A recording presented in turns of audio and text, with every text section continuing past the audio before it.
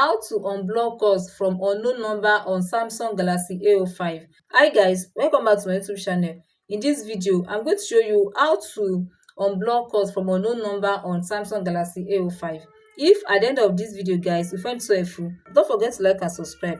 Now guys, how do you go about this? First thing to do is to open up your phone app. When you click on your phone app, guys, it will bring you to this page.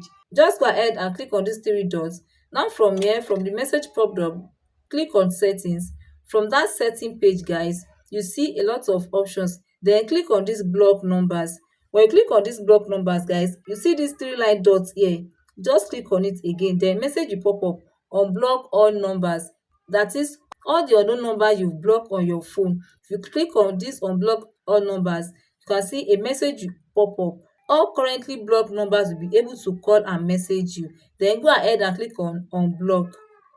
So guys, that is how to turn on and turn off unblock calls from unknown number on Samsung Galaxy A05. You find this video so helpful, don't forget to like and subscribe, give it a thumbs up and turn the notification bell for more updates so that you'll be notified whenever I drop my video. Thanks for watching guys. See you guys in the next video.